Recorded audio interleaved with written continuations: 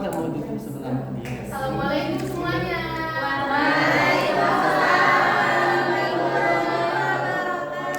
Hari ini sehat semua keadaannya? Alhamdulillah, luar biasa. Allahu Akbar. Ada yang nonton hari ini? Masih semua. Karena kita mau mulai pembelajaran, bagusnya kita berdoa dimulai. Berdoa selesai. Hari ini kita mau belajar tentang apa pembelajaran kita hari ini? Menjadi pahlawan lingkungan. Kita mau belajar tentang menjadi pahlawan lingkungan. Nah, pertama-tama sebelum kita belajar, Ibu mau menegaskan aturan. Aturan yang pertama itu kita harus menghargai teman-teman. Jadi jika ada yang ngomong, kita dengarkan. Jangan kita bicara sama orang lain, bisa? Bisa. Kemudian ada aturannya, kita harus tertib, harus rapi. Jika ingin bertanya, tunjuk tangannya, bisa ya? Jadi tidak ada kasih perintahnya langsung ibu. Oke.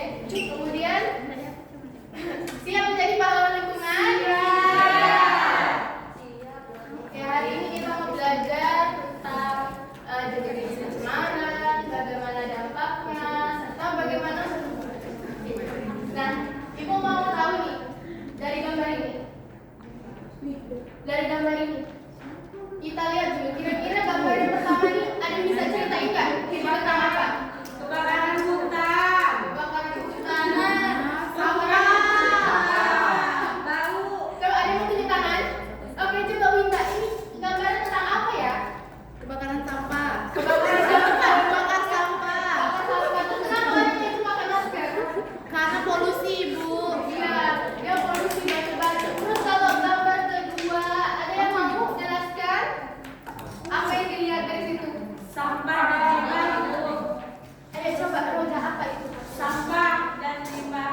Iya, ada sampah dan limbah di tanah, tanahnya jorok. Kira-kira di situ bisa nggak kita nanam tanaman di situ? Tidak. Bisa, karena banyak plastiknya. Iya, Terus yang gambar ketiga itu ada gambar apa?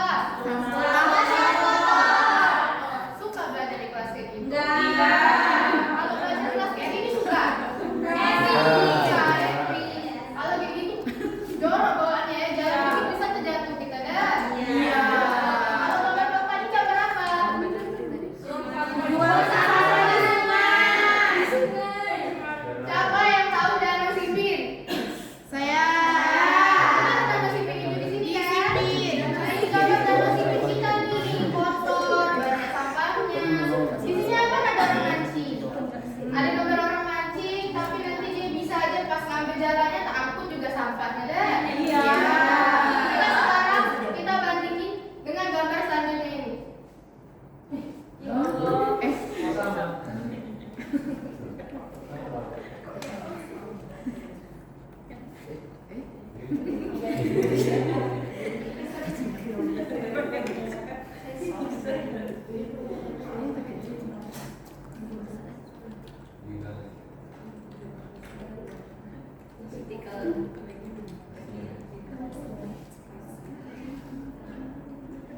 Nah, sekarang kita bandingkan dengan gambar yang ini. Coba kita lihat tanahnya bersih, kelasnya juga bersih.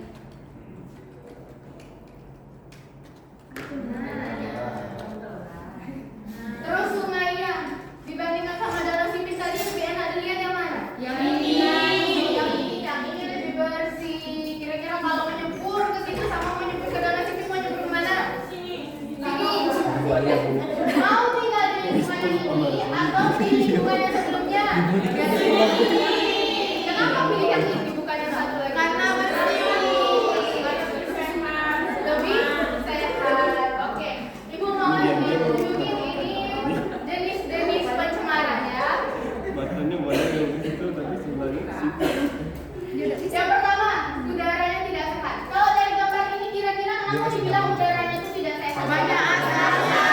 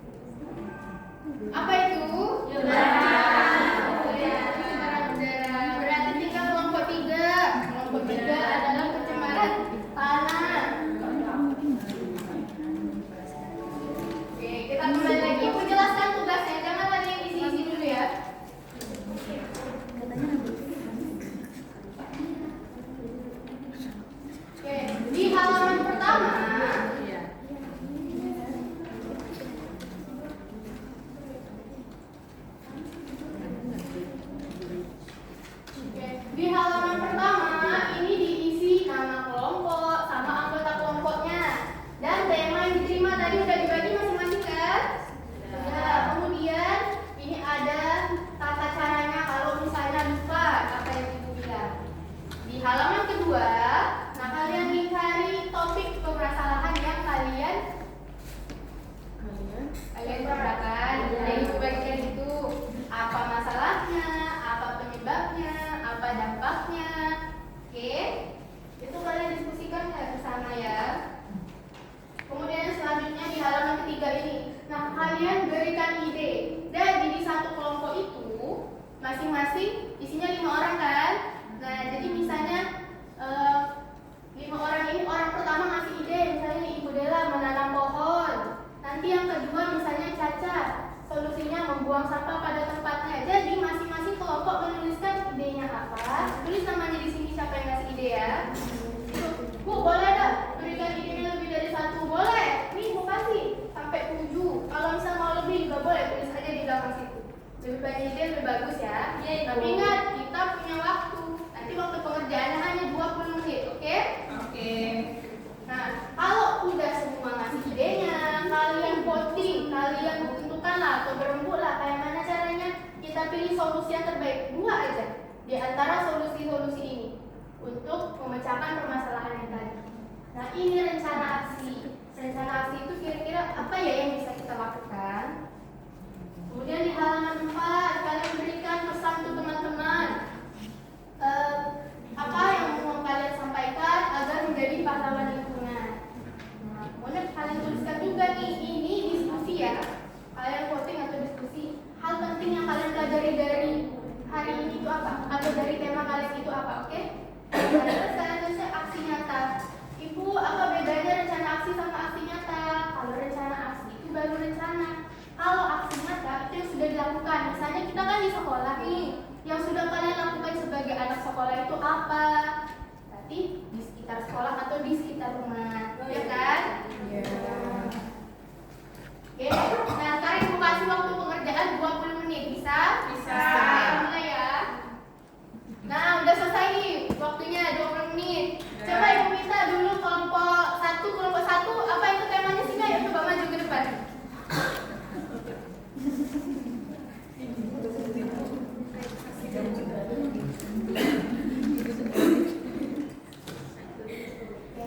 Dari kelompok 1, nah ibu minta, tadi kan sudah dicari apa permasalahannya, apa solusinya, apa dampaknya.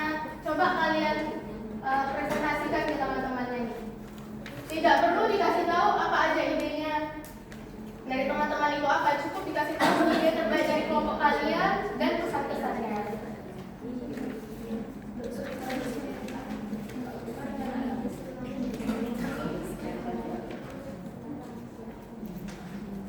Baik, di sini saya sebagai perwakilan kelompok 1. Adapun masalah kami adalah mengenai pencemaran air. Solusi terbaiknya adalah tidak membuang sampah di sungai dan tidak membuang limbah ke sungai. Aksi nyata yang kelompok kami lakukan adalah membuang sampah pada tempatnya. Kemudian melarang warga membuang sampah ke sungai. Pesan untuk teman-teman, ayo kita membuang sampah di tempatnya agar air sungai tidak tercemar. Dampaknya air sungai menjadi keruh dan lingkungan bisa banjir. Oke, terima kasih pada kelompok 1. Ini dari kelompok 1 ada nggak kira-kira yang mau ngasih tahu rencananya itu kurang bagus Bu, atau Bu lebih bagus kalau kayak gini, ada nggak yang mau menambahkan? Setuju semua? Oke. Karena kelompok 1, 2, dan 3 sudah tampil semua, Ibu mau tanya sama kalian, tadi kita tuh belajarnya tentang apa ya? Tentang pencemaran. Pencemaran apa? Ini bisa tunjuk tangan. Saya, Bu. Ayo, tentang apa kita belajar? Pencemaran lingkungan, Bu, yaitu ada pencemaran udara, tanah, dan air. Iya, terus apa lagi ciri-ciri dari pencemaran tanah itu, ada yang tahu?